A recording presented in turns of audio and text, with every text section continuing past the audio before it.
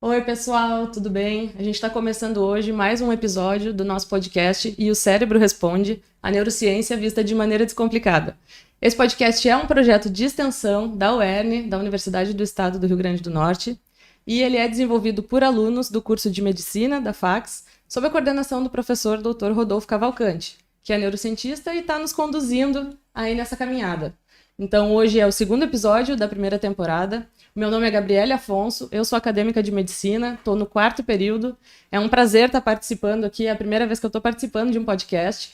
Acho que vai ser um aprendizado bem legal e a gente pensou nesse podcast justamente para trazer temas que a gente volta e meia discute no dia a dia e que a neurociência pode explicar para a comunidade de uma forma acessível. Então, hoje a gente vai conversar aqui, eu estou com a minha colega Isabelle, que é do 4º período de medicina também, e estou com o professor Álvaro Lima, que é farmacêutico, doutor em bioquímica e vai trazer muito aprendizado para a gente aqui hoje. Ele é nosso professor também de farmacologia, tem bastante conhecimento para agregar aqui para esse episódio. Bora lá? Bora! Bom, a gente pensou nesse assunto, né? Porque, queira sim, queira não, todo mundo hoje em dia já passou por alguma dificuldade de estudo, de memorização, e se perguntou como que isso funciona, né? Principalmente, a gente ter em consideração que a gente vive num ensino básico onde o decorar para uma prova é muito mais importante do que o aprender. Então, hoje em dia você estuda ali na véspera, tira um 10 na prova, porque o resultado, o número, ele é mais importante do que aquilo que você realmente reteve. E quando você chega na vida adulta, que você precisa de uma profissão, passar no vestibular, e você precisa ter uma retenção maior de conhecimento, você começa a ter dificuldades. Eu fiz 3 anos de cursinho para passar no vestibular, e eu só passei quando eu entendi que não adianta eu estudar uma coisa lá em janeiro e querer lembrar lá em novembro. Porque a gente tem uma coisa chamada memória de curta e longa duração e uma memória de longa duração. A memória de curta duração, ela vai reter aí quase 100% daquilo que está acontecendo, mas a de longa, ela vai consolidar muito pouco. Então, assim, eu aprendi que eu tinha que mudar o meu método de estudo, né? E eu acredito que essa seja uma das maiores dificuldades, né? O senhor, como professor, o que observa, assim, como maior dificuldade dos estudantes hoje? Então, gente, dizer que é uma satisfação poder estar participando aqui do projeto, aqui, estar conversando com vocês hoje aqui no podcast. E também sobre uma temática tão relevante, tão interessante, né? Que, na verdade, são temas que estão muito relacionados, né? A questão da memória, a questão do aprendizado, efetivamente, e o uso de algumas substâncias, né? Que algumas pessoas acabam recorrendo, tentando melhorar a sua performance, o seu desempenho, né? Diante desse ambiente tão competitivo que a gente vive, né? Onde constantemente estamos sendo testados, né? Provados. E aí eu vou até puxar um pouquinho exatamente essa temática que a Isabelle iniciou, né? Então, assim, quando a gente fala de aprendizado, na verdade a gente está falando de você adquirir, né, uma habilidade nova, você adquirir um conhecimento, né? Adquirir algo novo para a sua construção, né? Enquanto cidadão, enquanto profissional, enfim. E como ela colocou, existem coisas, né, que a gente retém com mais facilidade, mas também que a gente perde com muita facilidade, né? É o que a gente chama de memória declarativa, né? Aquela memória de curta duração. E existem outras que a gente precisa repetir várias vezes, precisa muitas vezes executar na prática, para que a gente consolide essa memória e, embora ela seja de mais difícil sedimentação, né, ela vai nos acompanhar, digamos assim, por muito mais tempo, por nossa vida inteira, né? Então, existe o caminho fácil e existe o caminho um pouco mais difícil. Mas tudo isso tendo um objetivo que é você construir, né, uma memória desse aprendizado que está sendo adquirido, para que você consiga fazer a prova amanhã, mas que também você consiga reter essa informação por mais tempo. E aí vão envolver uma série de fatores, né? Como é que a gente pode fazer, por exemplo, para construir esse tipo de memória? Como é que a gente pode adquirir um conhecimento e levá-lo por mais tempo, né?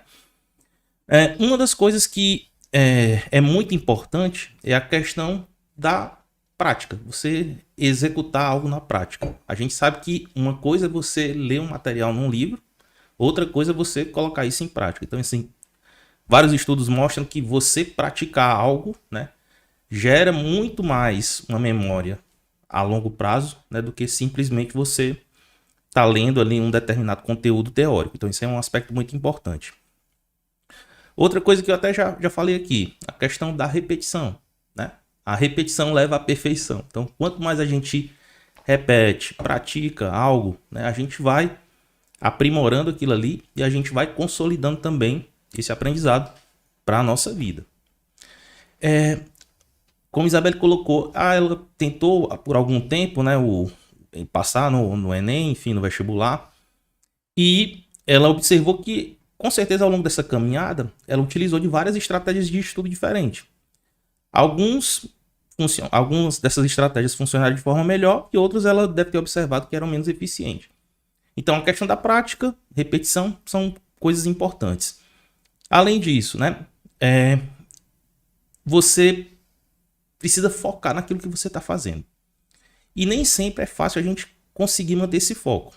Principalmente, né, algumas pessoas têm mais dificuldade de concentração, outras têm mais facilidade, tá?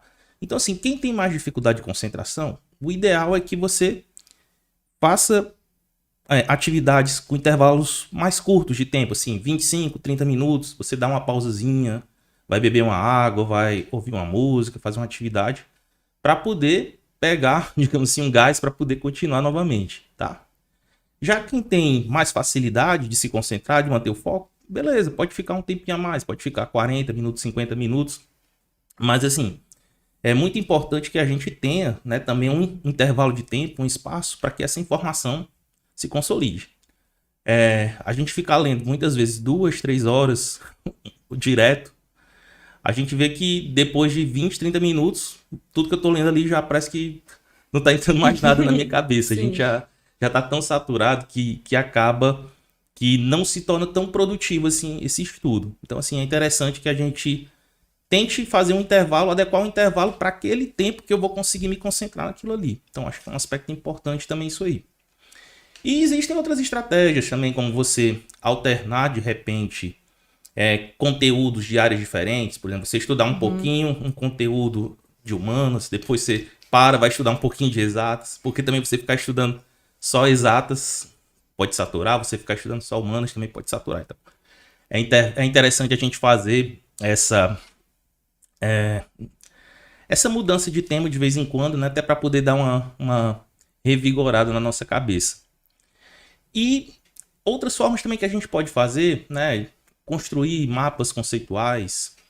E uma coisa que, pelo menos assim, para mim funciona muito, né, é colocar no papel, é escrever, entendeu? Eu acho que quando você está escrevendo, você tem uma facilidade muito maior de fixar aquele aprendizado.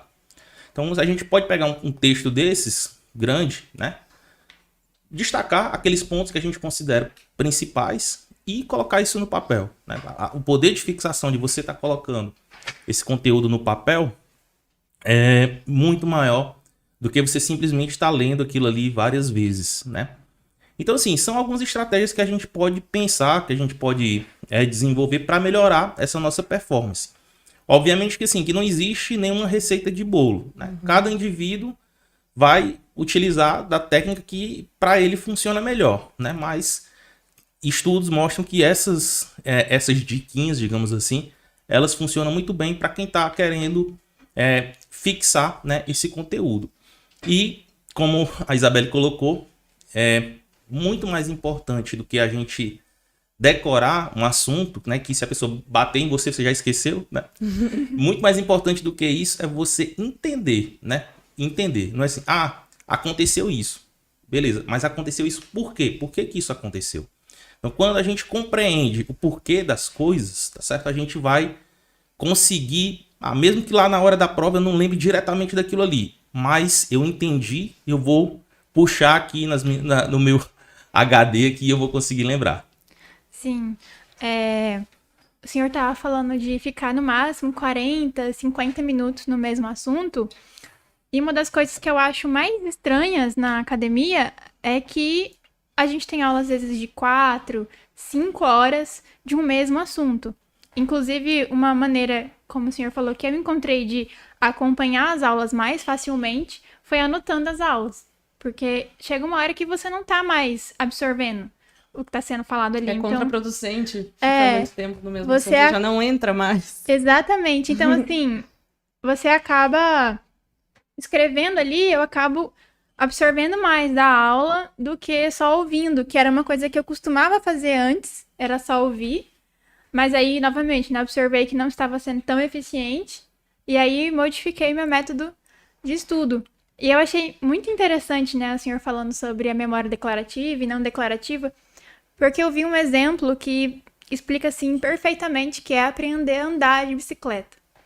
Se você aprendeu a andar ali por meio dos 5 anos, nos primeiros meses, se alguém te perguntar como você aprendeu, a criança vai falar: ah, meu pai pegou, me empurrou, eu caí tantas vezes, e não sei lá o quê. Isso seria uma memória ainda de longo prazo, porque a pessoa vai lembrar durante alguns meses, mas ela vai conseguir declarar apenas por um tempo, por alguns meses. Porém, se essa mesma criança subir numa bicicleta dali 10 anos, ela vai saber andar. Porque essa é uma memória que foi feita com a prática. É uma memória, como ele falou, né, não declarativa. Então, assim, essa questão de revisar, essa questão de refazer, de botar em prática, né, as aulas práticas na faculdade são sempre, para mim, as melhores, justamente porque são aquelas que trazem um maior fixamento da informação. Então, para quem está querendo estudar, para quem está querendo fixar alguma coisa, coloca aquilo na prática, né? E repita. A memória de longo prazo mais eficiente é aquela que você tem a repetição, porque é como se fosse uma ponte. A primeira vez que você faz esse caminho entre dois neurônios, ela vai ser uma ponte de madeira. Mas quanto mais você vai fazendo, mais a ponte vai ficando sólida. Então, ela vai virar uma ponte de alvenaria, digamos assim. Por isso que a memória ela fica consolidada. Então, assim, esse assunto é extremamente interessante por causa disso. E essa questão também do tempo de estudo, do rendimento, como o senhor disse, não tem receita de bolo. Umas pessoas são mais visuais, vão funcionar mais com mapa mental, que vão lembrar das cores, das figuras. O tempo também é muito relativo.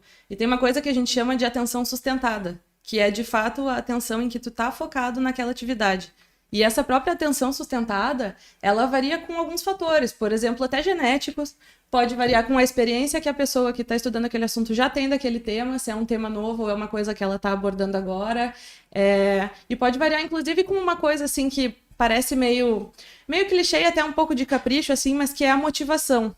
Então, tu tem que estar fazendo algum sentido aquilo ali que tu está estudando, porque se tu está só enfiando o conteúdo para dentro da cabeça sem entender que aquilo ali tem um propósito, sem compreender, né, não só decorar, a gente não consegue fixar.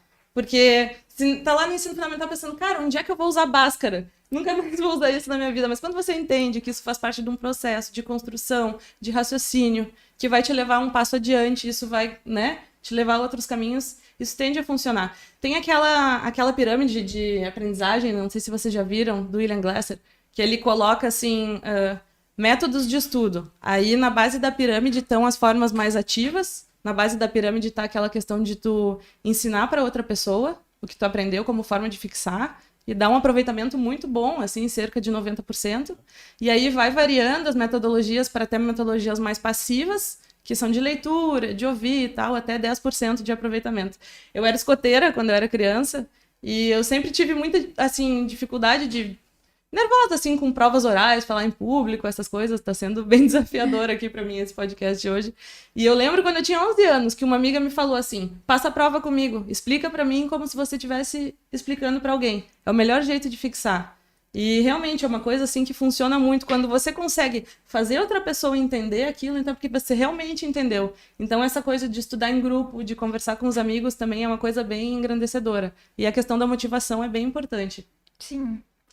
Verdade, Gabi. Assim, acho que você falou tudo. Assim, quando a gente tá repassando, né, ali esse conteúdo que você estudou, mas você vai lá, tá discutindo com os colegas, né, como a gente faz muito lá nos PBLs, por exemplo, o poder de fixação dessa informação é muito maior, né, do que simplesmente a gente tá fazendo uma leitura de um livro, né? E assim, Eu estava até pensando aqui, quando a gente estava discutindo, né, essas questões, eu vejo hoje, por exemplo, que a gente teve esse problema da pandemia, onde a gente ficou 2 anos praticamente, né, num aprendizado remoto, né? E uma das coisas que a gente vai exatamente discutir hoje, aqui no nosso podcast, é que, na verdade, esses medicamentos, essas substâncias estimulantes, né? Uma das coisas que elas fazem é aumentar o nosso foco, né? Dar mais foco naquilo que a gente está fazendo. E eu fico pensando como era difícil, né? A gente manter o foco nesse ensino remoto. Nossa, né? sim. Nossa. Então, assim, qualquer barulhinho do vizinho lá com a furadeira, ou então alguém em casa que ligava a televisão. Cachorro latiu. Cachorro latindo, o carro do sorveteiro passando. Então, assim, tudo era um fator de distração, né? Então, assim, para que a gente consiga aprender, a gente precisa estar concentrado, focado naquilo ali. E qualquer agente que distraia, né, que tire esse foco, acaba comprometendo isso aí. Sim, uma coisa que foi bem inovadora, assim, e que, na verdade, todo mundo teve que aderir nesse contexto da pandemia, foi inovar nos métodos de ensino, visto que estava todo mundo em casa, né? Então, a gente já tem dificuldade de manter uma atenção por longo prazo, né, numa aula, enfim, numa palestra, e na frente do computador em casa tem todos esses fatores, então é muito mais difícil. Aí tem um termo, assim, que é a gamificação do ensino. Então, uma grande sacada que teve, assim, na pandemia foi de aproveitar esses recursos digitais, já que a gente está sempre na frente das telas, né, do telefone e do computador, e produzir aulas interativas para que o aluno não ficasse só sentado na frente do computador. Então, vários professores começaram a colocar joguinhos em que a gente podia responder coisas durante a aula, porque isso de participar da construção da informação, né, essa metodologia ativa é o que faz a gente fixar. Pois é, né? Eu lembro que a gente lia muito sobre se vestir, não assistir a aula de pijama, não sentar direito na cadeira, que é para o nosso cérebro entender que é a hora de focar, que é a hora de estudar, e está relacionado, inclusive, a um tipo também de memória duradoura, que é a memória associativa, que é quando ele faz uma associação. Então, eu estou vestido, eu estou sentado, é hora de aprender. Porque se eu tô na cama, nosso cérebro associa, é hora de dormir, folga. é hora de descansar. Então, acho que essa era uma da dificuldade do EAD, era você era você entender que aquela era a hora de estudar, era a hora de reter informação, não era um momento livre, né? Inclusive, ele falou aqui do uso de substâncias, e eu acho que, inclusive, a pandemia, ela trouxe isso, que é a questão de que a gente tem uma demanda de produtividade hoje muito grande. Porque a gente compete com máquinas hoje em dia. A única coisa que o ser humano tem, entre aspas, de superior a uma máquina é a criatividade. Porque uma máquina não dorme, uma máquina não come, não para ir ao banheiro. Então, com essa necessidade de estar cada vez mais produzindo, de estar cada vez mais... O nosso valor hoje, como eu disse, é uma nota, é uma produção, é o quanto você postou, é o quanto você fez. E não aquilo que você realmente é. Então, por isso que as pessoas cada vez mais, mesmo sem ter a necessidade real, uma dificuldade real, elas lançam mão da utilização desses produtos químicos que vão excitar o cérebro dela, né? Então, assim, isso tem cada vez sido mais um problema, porque essas substâncias, elas fazem o efeito no seu corpo, né? E isso eu acho que o nosso professor pode até explicar mais. Isso, assim, na verdade, é uma coisa também que eu observei durante esse período da pandemia, né, que isso vale para todos os níveis de ensino aí. A gente teve esse hiato, né, de tempo onde o ensino e a aprendizagem ficou um pouco prejudicado por conta dessa necessidade de adequação a esse formato. E além disso, né, as pessoas começaram a adoecer, problemas mentais mesmo, de ansiedade, depressão, enfim, né, a gente vê que até mesmo os profissionais dessa área estão tendo dificuldades de conseguir abarcar a demanda, né, enorme que tem hoje, né, por parte, né, dos nossos jovens que realmente adoeceram durante essa pandemia. E o que é que a gente observa? Que quando as atividades presenciais retornam, isso aí, como eu estou falando, vale para o ensino médio, para o ensino fundamental, para o ensino superior, o nível de cobrança é o mesmo, como se a gente não tivesse passado por isso aí, né? E como a gente falou, cada um tem uma forma de aprender diferente. Então, muitas pessoas tiveram muita dificuldade de se manterem focadas, de se manterem concentradas durante esse período, né? E hoje, essas pessoas estão tendo dificuldade de pegar o bonde andando, de acompanhar, né, esse tempo que elas, de certa forma, tiveram esse prejuízo e que hoje tem uma dificuldade maior de acompanhar isso. E aí o que a Isabelle estava falando é exatamente também um outro aspecto muito interessante. Hoje, né, a gente tem um ambiente extremamente competitivo, né? Vejam que essas drogas, né, esses fármacos que são utilizados, né, com essas características estimulantes, normalmente são utilizadas, né, por pessoas que realmente têm um problema neurofisiológico, que realmente necessitam, né, do uso dessas medicações. A gente vai falar sobre isso. Mas também por pessoas que querem melhorar o seu desempenho. Tá? É como se fossem, a gente fala assim, é o doping intelectual. Né? Você está tomando uma substância que supostamente vai melhorar a sua capacidade de aprender, vai melhorar a sua capacidade de passar no concurso, de tirar uma nota boa na prova. Então entra muito esse aspecto.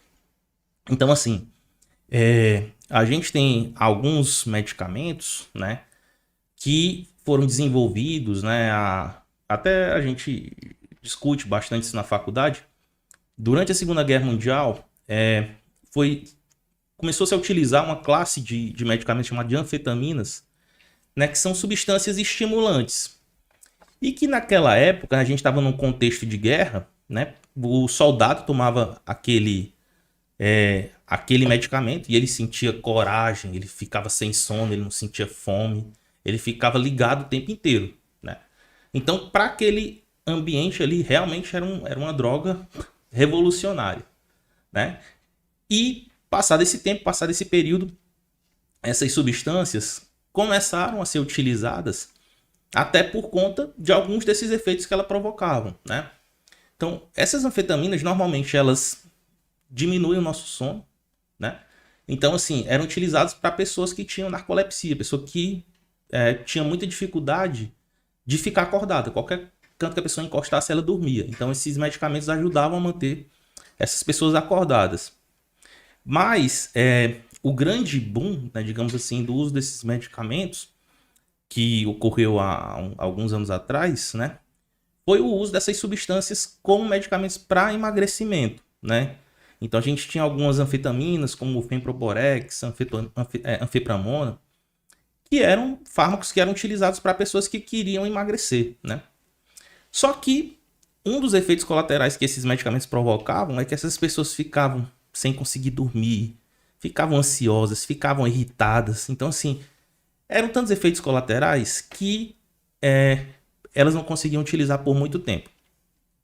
Além disso, esses medicamentos têm um alto poder de gerar dependência, de gerar tolerância, né? Ou seja, a pessoa vai utilizando o fármaco e o remédio para de fazer efeito nela e ela vai tendo que usar doses cada vez maiores, tá? E até que chega um ponto que ela fica realmente dependente dessa medicação. Hoje, mais recentemente, né, a gente tem alguns medicamentos que atuam de forma, né, semelhante a anfetaminas, que é o metilfenidato, né, que é a famosa Ritalina, né, que é um medicamento que hoje é muito utilizado para pessoas que estão estudando, para concurso, por exemplo, né? E um profármaco, né, ou seja, é um medicamento que precisa ser modificado pelo nosso corpo para ter efeito, tá? Que é o Venvance, né, que ele é a lisdexanfetamina.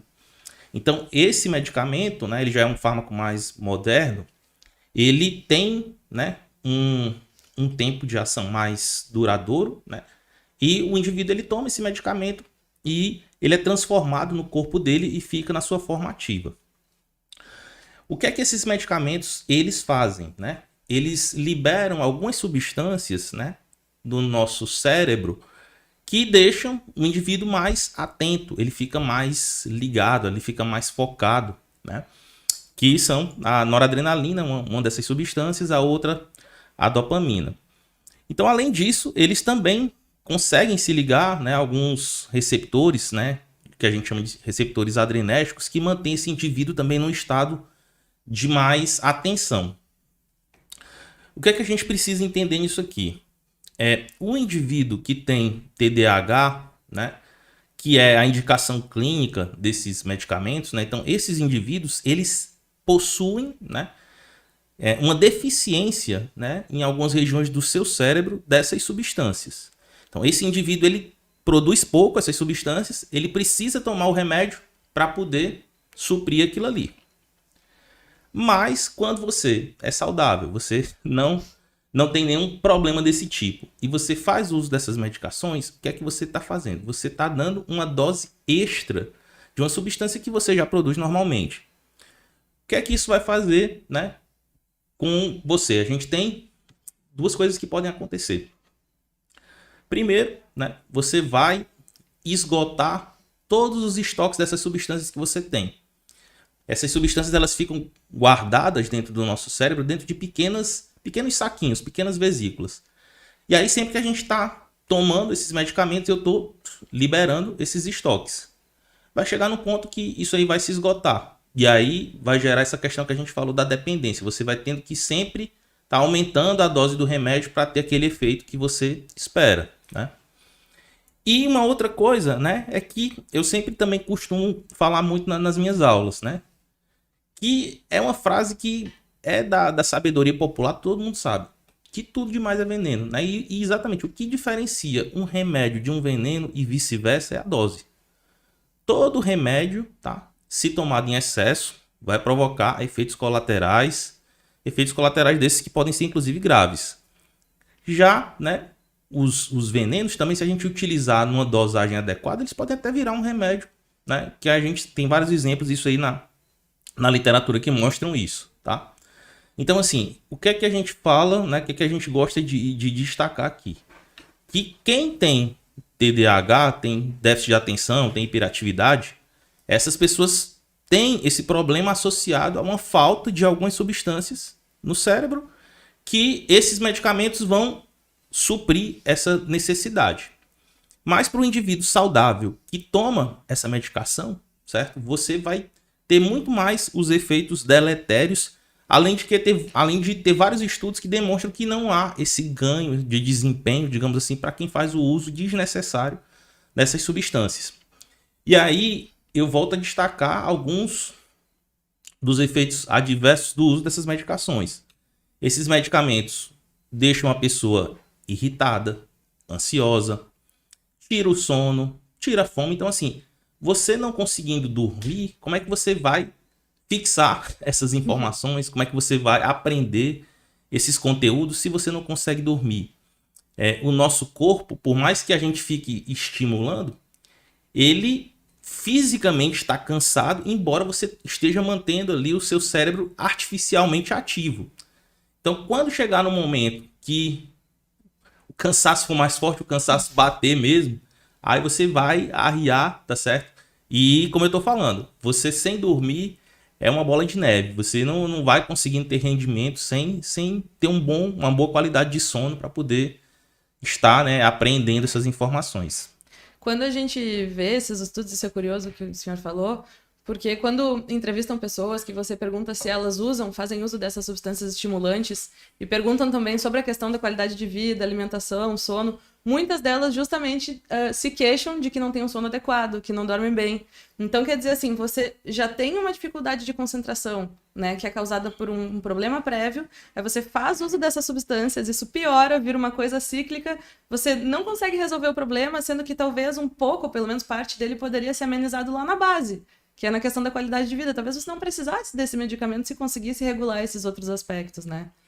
Sim, e até pouco tempo atrás, eles acreditavam que cada pessoa tem uma quantidade de sono que seria suficiente. Porque muitas pessoas dizem, dormi 6 horas por dia e estou ótimo, né? Mas estudos mais recentes dizem que não. Que por mais que você, entre aspas, se sinta bem dormindo 6 horas por dia, todo mundo tem que dormir no mínimo 8 horas. Porque a longo prazo, ela vai ter diversos efeitos colaterais com relação a isso. Por conta da privação do sono. E hoje, mesmo quem não faz uso desses medicamentos, é uma das maiores problemas da atualidade, né? Porque, principalmente por conta do excesso de telas, exposição de telas, passamos tantas e tantas horas na frente de uma tela. Na época do EAD, como o professor falou, isso foi aumentado. A gente ficou ainda mais tempo. Tinha dias que eu levantava às 7 da manhã para assistir a aula, ficava até meio-dia. Aí depois, das 1 às 7h30 da noite, o dia inteiro ali na frente. 12 horas de tela. 12 horas de tela. Aí saía do computador, qual que era a recreação que não podia sair de casa? Celular. Tela. Então, e ainda com a utilização desses medicamentos, a noite de sono se tornava algo assim completamente... Você levantava e parecia que nem tinha dormido, né? Porque acaba não sendo eficiente, você acaba dormindo cada vez menos e utilizando cada vez mais esses medicamentos. Eu sou diagnosticada com o déficit, né?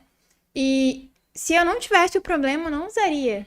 Porque, como o professor falou, tem muitos efeitos colaterais. Sente muita sede, não sente fome, a mão fica seca, fica tudo, assim, realmente um custo elevado. Pessoalmente falando, né? Não é nem financeiramente, porque a Ritalina hoje, ela tem um preço acessível, ela vai custar aí em torno de uns R$30, ao contrário do Vyvanse, que o professor citou, que já vai estar em torno aí de uns 400, então, que tem menos efeitos colaterais, mas a população utiliza menos por conta do preço, né? E assim, eu tava lendo, né, que se você somar a utilização de todos os outros estimuladores do sistema nervoso central no mundo, em quantidade, né, de peso, não dá a quantidade de Ritalina que é utilizada hoje. Os principais países que utilizam são Estados Unidos e Brasil. Né? Nos Estados Unidos a gente tem aí essa questão da competitividade. Hoje em dia nós temos as redes sociais, que tá a todo momento dizendo que o outro faz mais que você, o outro consegue mais que você não é o suficiente. E aí você tá sempre se cobrando cada vez mais, cada vez mais. E a gente tem um problema realmente com isso, né? Um estudo indica que a maioria dos estudantes, antes de ingressar numa universidade, eles começam com o uso de energéticos, que hoje, comprovadamente, a gente tem a taurina e a cafeína como estimulantes. Depois eles acabam não fazendo mais efeito e vão passando para outras substâncias, né? Harvard hoje é uma das maiores consumidoras de Ritalina, né? Você pensa, é a Harvard, né? Que é uma das principais universidades do mundo. E é uma das que mais exige também, né? Para entrar é dificílimo. Então, assim... Como você vai competir? Né? Exatamente. Todo mundo ali, entre aspas, é gênio. Uhum. Então, você tem que ser cada vez melhor. Então, assim... essa questão do custo-benefício hoje, ela tem que ser observada. Ela tem que ser debatida. Porque a gente está adoecendo a nossa população em torno de uma produção exacerbada que não é humana, não é natural, não é normal, né? A gente tem que desacelerar. A gente... tá desde o século XVIII acelerando cada vez mais, e eu acho que hoje a gente tem que partir para um processo de desaceleração, porque senão a gente vai adoecer. A gente vê hoje uma população cada vez mais ansiosa, cada vez mais depressiva, e a gente precisa de políticas públicas que se envolvam com isso, que debatam sobre isso, que não se resumam a medicamentos, né? Não é sair enchendo a população de antidepressivo ou remédios para tratar a ansiedade, né? É que nem eu tava vendo... tem uma substância nova chamada MDMA, que vem do êxtase, e ela era utilizada para tratamento de estresse pós-traumático. Mas a população hoje está usando para estudar, porque ela deixa você ligado sem alguns efeitos, como ela é mais pura que o êxtase, e ela é legalizada, você consegue comprar e tem menos efeitos colaterais, mas ela ainda assim traz efeitos colaterais a longo prazo, né? Então, a gente precisa realmente debater sobre isso. Por isso a importância de podcasts que nem esse, que falem para a população que muitas vezes vê uma pílulazinha, olha, ai, que coisa inofensiva, né? E tem algumas que até são, aquelas de vitamina e tal, que não tem uma consolidação científica de que se você tomar vitamina, você vai ser mais inteligente. Você vai ter uma maior disponibilidade, talvez um sono melhor e uma retenção melhor, mas cientificamente falando, né, não vão excitar o seu cérebro, né? Ele vai continuar o mesmo. Você não vai ficar mais inteligente tomando vitamina, né? Não, assim, só em cima também do que você estava falando, Isabelle, eu estava até vendo um dado que realmente me chamou a atenção. Sobre a quantidade de caixas de Ritalina e de vans que são vendidas por ano aqui no Brasil, né? Você vê que, apesar de, né, um ser um medicamento um pouco mais barato e o outro um medicamento um pouco mais caro, mas aproximadamente 3 milhões de caixas foram vendidas em 2019 e em torno de 20% ao ano cresce esse consumo, né? Então, assim, a gente vê que há uma curva, digamos assim, ascendente e crescendo numa velocidade impressionante mesmo do uso dessas medicações. Porque, como você falou, assim, na maioria das vezes as pessoas querem comprar a facilidade, né? Então, e achar que existe uma pílula mágica que vai resolver todos os seus problemas. Eu lembro, né, que há um tempo atrás, quando se descobriu a fluoxetina, né, recebeu o nome de a pílula da felicidade, porque você aumentava o nível de uma substância que a gente chama de serotonina, que deixava as pessoas felizes, né, e acreditava-se que isso ia ser, né, seus problemas acabaram. Mas a gente vê que a questão da depressão, né, é algo muito mais complexo, né, e que envolve, obviamente, o tratamento farmacológico para aqueles pacientes que estão em quadros moderados e graves da depressão, mas que está muito mais em a pessoa se conhecer, tentar buscar resolver esses seus conflitos internos, né, além dessa questão desse déficit de alguns neurotransmissores. Então, assim, da mesma coisa funciona para Ritalina. Quando a Ritalina ela foi descoberta, ela recebeu o nome da pílula da obediência, né? Por quê? Porque era utilizada exatamente pelas crianças que tinham hiperatividade e déficit de atenção. E eu lembro que quando eu era criança, né? Um tempinho já atrás, né? Quando eu estava no colégio, eu lembro que tinha um livro que eu li, acho que na 8ª série, e o nome do livro era A Droga da Obediência. Que era... eu li. Que tem os caras, né? Que era um grupo lá de jovens que estudavam lá nas escolas lá, né? De classe média lá. Enfim, e que era um medicamento que deixava as pessoas obedientes. Então, assim, a gente tem a mania de atribuir a um determinado medicamento, né, a solução de algum problema que a gente tem.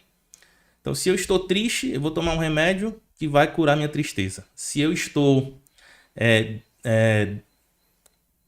com dificuldade de me concentrar, vou tomar uma medicação que vai me deixar focado naquilo ali. Então, assim, o medicamento pode ser o caminho mais fácil, mas também ele vai cobrar um preço depois da gente, né? Porque, como a gente falou, né, se utilizado de uma forma indiscriminada por quem não precisa, ele vai trazer também uma série de efeitos indesejáveis, né, que acabam também sendo prejudiciais para essas pessoas. E a gente não pode negligenciar também a questão não só dos medicamentos, mas também dessas substâncias que a gente pensa que, porque elas são naturais ou não sintéticas, né, elas vão causar menos mal. E um exemplo clássico, assim, é a própria cafeína, né? A gente citou... Eu não gostava de café até entrar na faculdade agora. Na verdade, ainda não gosto, mas me vi dependente do café para conseguir produzir diante da demanda altíssima que a gente tem. Então, isso é uma coisa que a gente também precisa se preocupar, né? Esses complexos vitamínicos, esses tempos a gente estava conversando, até mandei no grupo, existem umas promessas de cápsulas, assim, que vão melhorar o seu desempenho. É muito engraçado, porque diz que tem dezenas de substâncias que melhoram isso ou aquilo no cérebro. Tem em posologia, o professor Rodolfo até riu com a gente, que ele comentou... Eu mandei para o pessoal do grupo uma substância, um suplemento desses, e dizia assim, posologia, tomar 2 cápsulas 30 minutos antes do desempenho a ser entregue. Que desempenho? Se você vai correr uma maratona ou ler um livro, sabe? Nem um pouco específico. E aí, quando a gente vai ver essa questão da suplementação, também a maioria desses complexos, eles não têm comprovação científica, muitas substâncias ainda estão sendo testadas, e existe um problema... que, dependendo de como esse produto é comercializado, se ele é comercializado como um medicamento ou como um suplemento, os critérios de exigência para a entrada deles no mercado são diferentes. Então, eles acabam pegando um caminho mais facilitado, além dessa promessa de que são cápsulas vindas de produtos da natureza, então você associa aqui porque é natural faz bem, sendo que, na verdade, a maioria delas não tem comprovação, ou mesmo até pode existir o problema de você estar fazendo suplementação de outras substâncias, né, que você não precisa, como também no uso dos medicamentos, da questão dos neurotransmissores e tudo mais, e você ainda sofreu uma intoxicação. Então, é muito perigoso isso, e a fiscalização ainda deixa muito a desejar.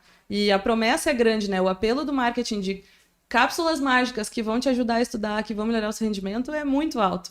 E é muito perigoso. E são coisas que são vendidas assim sem receita, que você compra no supermercado ou na farmácia, mas a gente também tem que dar atenção para essas substâncias. É verdade, assim, na verdade, como diz o próprio nome, suplemento. Suplemento é o quê? Você suprir algo que está deficiente. Mas se a gente for ver assim, quais são esses suplementos que melhorariam possivelmente a nossa memória? Aí tem vários, né? Zinco, magnésio, ômega 3, ginkgo biloba, ginseng.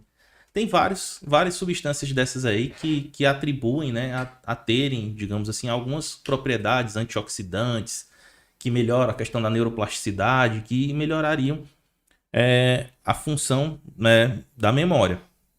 Mas, como vocês destacaram, né, são temas controversos ainda, né? Existem estudos que apontam que pode ter algum benefício, estudos que mostram que não se mostram eficazes. E essas substâncias, de uma forma geral, principalmente esses micronutrientes, como a gente fala, o nosso corpo utiliza em quantidades muito, muito, muito pequenas, né? Daí o nome de micro, né? Então, assim, a maioria dessas coisas a gente consegue suprir tranquilamente na nossa dieta, né? Então, você tendo uma alimentação normal, você já vai conseguir todos esses nutrientes. Então, você tomar algo a mais, uma dose extra disso, qual é a garantia que você vai ter algum tipo de benefício, já que você vai precisar em quantidades microscópicas dessas substâncias, né? Então, assim, esse, sem dúvida, é um assunto bem controverso, né? Que divide bastante opiniões. Com relação à questão que você falou do café, né? Da cafeína, né? E também dos energéticos, né? De uma forma geral, realmente o café, né? Ele funciona, a cafeína, no caso, ela funciona como um antagonista, né, de uma substância chamada de adenosina. E essa adenosina está associada com o nosso sono, com essa sensação de sono e de cansaço que a gente tem. Tá? Então, quando a gente toma o café, eu atrapalho essa substância de me dar sono e de me dar cansaço. E aí a gente consegue, digamos assim, uma sobrevidazinha extra aí, né, para ficar mais umas horinhas acordado. Mas aí é aquela questão que eu retorno, né? O nosso corpo está cansado, nossa mente está cansada. Então, o efeito do café vai passar e a fadiga vai bater, assim, de uma vez, né, na gente. Então, assim, pode dar uma melhorada ali momentânea, mas depois, né, o cansaço chega mesmo e não tem como a gente ficar maquiando isso aí. A gente precisa realmente dormir, precisa de sono para poder recuperar, inclusive, essa nossa capacidade de estar aprendendo coisas novas, né? Com relação aos energéticos, né?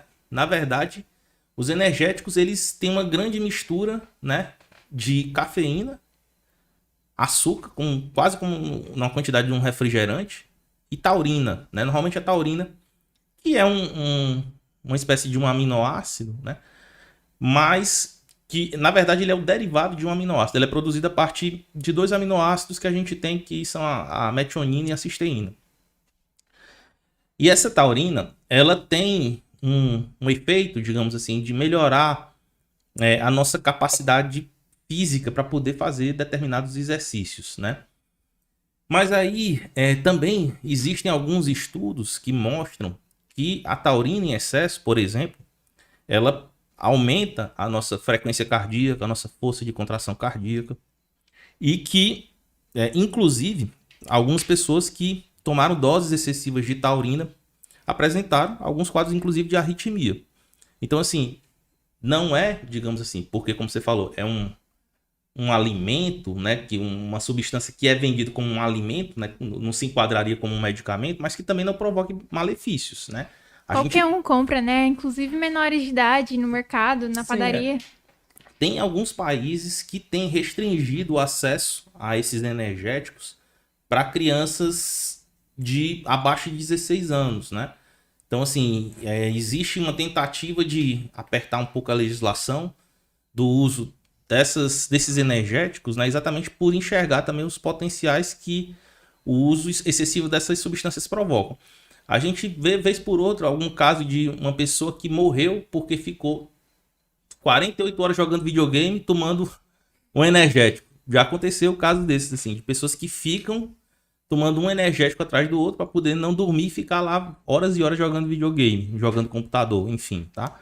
E acontece, né, de ter também problemas mais graves. Com relação à própria cafeína, né, que a gente tanto toma, né, ela também tem os seus limites, né? Alguns estudos mostram que o limite máximo do que a gente deveria tomar de cafeína seriam 4 xícaras de café por dia. Mas, né, obviamente, respeitando as individualidades de cada um. Tem pessoas que, com menos do que isso, tem taquicardia, tremor, enfim. E tem gente que toma mais do que isso e não sente nada. Tem gente que toma antes de dormir. Um Pois cafezinho antes de dormir. São que 4 já faz mais da efeito. pequenininha ou são daquela ali? Não, 4 xícaras um pouquinho maiores, tá certo? Mas, enfim, a gente usa o café porque até faz parte do nosso dia a dia a gente tomar Da cultura até. da nossa cultura, né? Tomar um cafezinho com pão com manteiga. Mas ver que também, né, o café em excesso também ele pode ser prejudicial, né? E pode provocar irritabilidade, insônia, né? Como vocês colocaram. Tem gente que toma café para dormir, não seria o ideal. O ideal seria você tomar algumas horas antes de dormir para que essa cafeína baixasse e a gente conseguisse ter um sono de mais qualidade.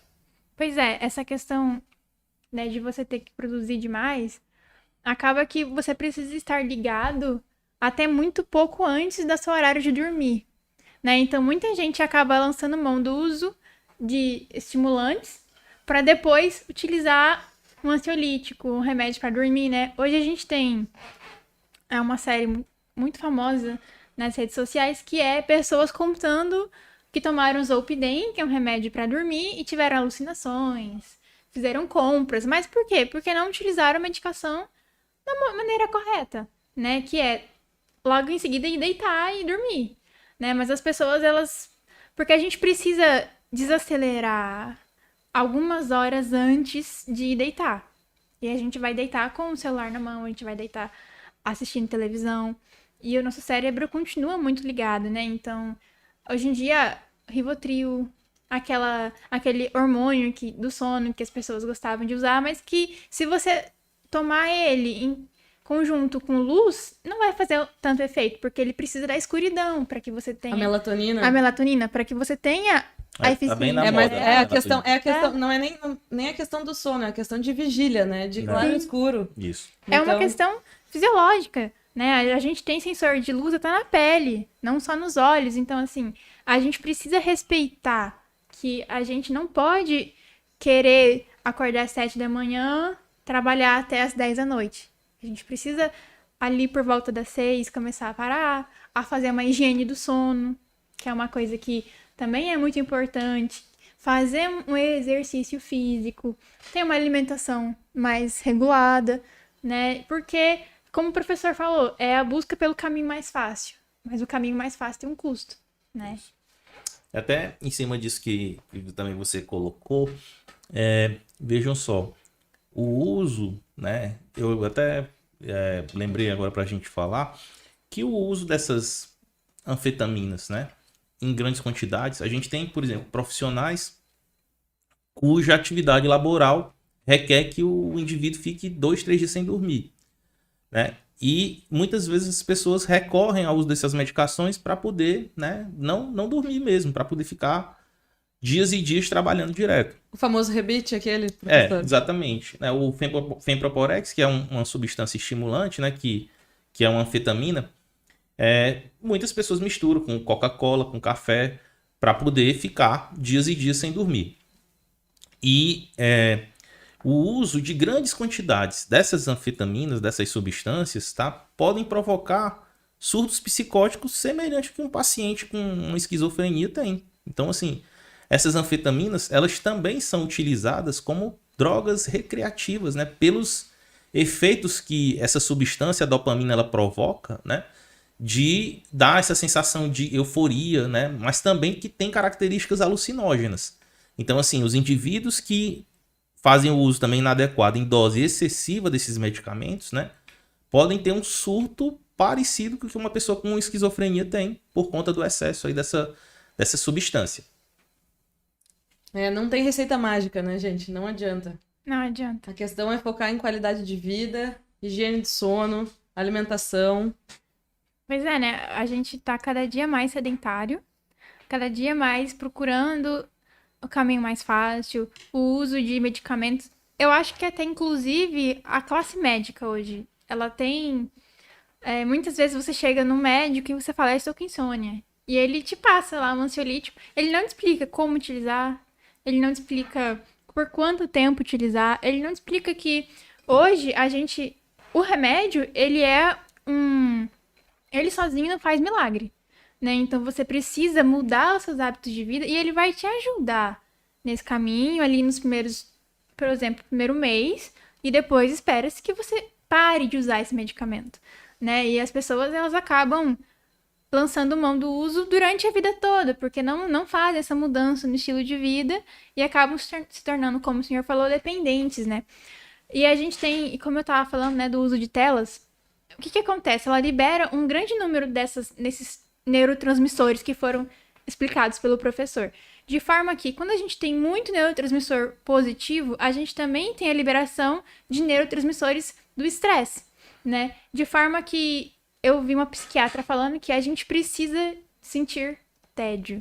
A gente precisa ter pequenas emoções negativas durante o dia para que você tenha um equilíbrio. Senão, o seu cérebro ele também vai produzir muito cortisol, muitos hormônios do estresse, e você vai se tornar cada vez mais estressado. Por mais que você use substâncias estimulantes, você vai continuar estressado. Então, assim, a gente precisa estar revendo sempre esse método de vida.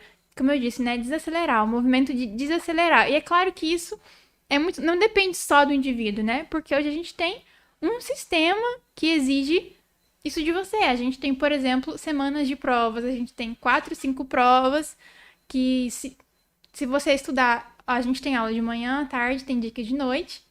Aí, se você não estudar para aquela prova, aí você vira à noite estudando para uma prova. Então, assim, a gente tem que realmente debater mais sobre isso, trazer mais à tona. Esse tema é muito importante. Tem que pensar também no contexto social que a pessoa está inserida, né? Até a gente, na posição de futuros profissionais da saúde, como é que a gente vai receitar um remédio, sendo que as coisas, né, que prejudicam os hábitos de vida daquela pessoa vão continuar ocorrendo. Então, a gente tem que ter um jogo de cintura também, de pensar como que a gente vai manejar essas questões, a questão das políticas públicas que a Isa falou, e debater mais esses assuntos para que a gente consiga abordar isso de uma forma mais abrangente, né? Verdade. E aí eu vou até resgatar uma fala que a Isabelle falou anteriormente, né? Que realmente me chamou a atenção, que é aquela questão assim, a gente tem um sistema que nos impõe métodos avaliativos, né? Mas o que é que vai definir, o que é que vai provar se uma pessoa vai ser um bom profissional ou não? Vai ser uma prova, né? Uma prova decoreba que ele fez lá. Então, assim... Passou da porta, já esqueceu. Então, assim, eu acho que essas questões que realmente vale a pena a gente discutir e tá sempre aprimorando. Eu vejo que as coisas evoluíram, mudaram um pouco. Hoje a gente tem, por exemplo, algumas metodologias ativas, a gente tem algumas disciplinas que tentam integrar mais esse conhecimento, né, para não ficar tão dissociado como vocês falaram. A pessoa pensa, isso aqui vai servir para quê? Para mim, né? Mas eu acho que ainda a gente precisa avançar nesse sentido, né, de que a gente, enquanto professor, precisa realmente estar avaliando os nossos alunos. Mas será que essas metodologias que a gente utiliza para avaliação são as mais adequadas? São elas que vão definir se essa pessoa aprendeu ou não aquele conhecimento? Então, acho que é um tema que vale a pena a gente refletir e discutir, né? Pode até ser em outro momento aí no podcast. Não é exatamente, no podcast. A gente pode ver um outro episódio para tratar sobre isso. Mas, assim, eu acho que realmente é algo a gente pensar. Tem um bordão do professor Rodolfo que ele sempre usa para tudo assim na vida, e acho que se encaixa aqui também, que não existe resposta fácil para questões complexas, né? Sim. Então a gente podia ficar aqui horas discutindo sobre isso. A gente vai debater outros assuntos como sono, atividade física, mas foi muito legal hoje. Acho que a gente construiu bastante aqui. Espero que vocês tenham gostado também. E É uma honra ter participado, gente. Muito obrigada. Obrigada, professor, por ter aceitado o nosso convite. Isa, quer dar uma palavrinha? Não, sim, eu gostaria também de agradecer a presença do nosso professor Álvaro, que é incrível, gente, não só aqui, mas na universidade. E agradecer ao nosso coordenador também pela oportunidade da gente estar aqui. O projeto é muito legal. Desde que eu ouvi falar sobre ele há um ano atrás, eu me entusiasmei. Sabia que ia ser um desafio vir aqui, falar em público, né? Medo de câmera. Mas é aquilo, a gente tem que sempre se desafiar, sempre procurar coisas novas. E eu achei que foi incrível. Então, só tenho a agradecer também. Inclusive, a gente queria mandar um salve para nossa atlética, a Destemida. Atlética do curso de medicina que faz esses produtos lindos. Confiram lá, conheçam o nosso curso também. Então, gente, só também aqui para finalizar a minha participação, né? Queria agradecer mais uma vez o convite, né? De poder ter tido essa conversa aqui com vocês. Espero também que as pessoas que estão aqui nos assistindo tenham gostado da conversa, da discussão. E, na verdade, né? Isso aqui faz parte de um projeto de extensão, né? Lá do nosso curso. E eu tenho certeza que hoje, Gabriela, Isabelle, elas talvez tenham aprendido muito mais sobre substâncias estimulantes do que lá nas minhas aulas lá de farmacologia, né? Porque, como eu disse, né? Uma coisa é você estar lendo um livro, assistindo uma aula expositiva, outra coisa é você colocar a mão na massa e ir atrás de construir esse conhecimento e ir para a prática mesmo, né? Para a ação. Então, assim, eu tenho certeza que esse tipo de projeto, além, né, de levar um conteúdo que de certa forma ajuda a popularizar a ciência, né? Traz também um grande ganho de conhecimento aí para as pessoas que fazem parte do projeto. E também já me coloco aqui à disposição, né, para participar em outras situações, outras ocasiões, aí, quando eu for convidado. Gente, o professor está sendo modesto, tá? E, na verdade, ele deu essa aula de neurofármacos para nós há pouco tempo, teve prova, agora ele veio ver se a gente aprendeu direitinho. Mas acho que deu certo, né, professor? Eu estava até comentando com a Gabi que quando eu fui estudar sobre o assunto, foi muito mais fácil estudar. Com certeza. Porque eu lia e entendia o que eu estava lendo, né? Porque se eu tivesse vindo sem ter tido essa base, provavelmente teria sentido uma dificuldade enorme. Porque é um assunto complexo, é um assunto difícil e as aulas do Dr. Álvaro é muito boas. Então, assim, só tenho a agradecer, realmente. Gratidão, professor. Muito obrigada. Não, eu que fico lisonjeado com as palavras. E assim, agradeço também o carinho que vocês têm por mim, tá? Tá bom. Tá tchau, certo, gente. Até a obrigada. próxima.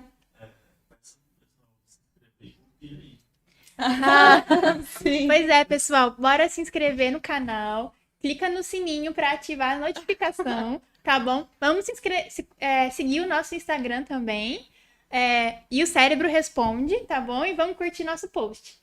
Fiquem ligados no nosso Instagram, que a gente também vai postar enquetes sobre os próximos assuntos dos próximos episódios. Então, vocês podem participar, podem mandar mensagem. Se quiserem tirar dúvida, podem pedir pra gente um tema que vocês queiram muito saber. A gente tá aberto pra ouvir vocês. E a gente quer trazer conhecimento pra conversar, assim, todo mundo de igual pra igual. É isso aí. Pois é, curte e compartilha bastante com a sua avó, com a sua mãe, com aquele primo que quer passar no vestibular, tá? Porque é um assunto que realmente eu acho que interessa praticamente todo mundo, né? Então, aprendizagem é sempre importante.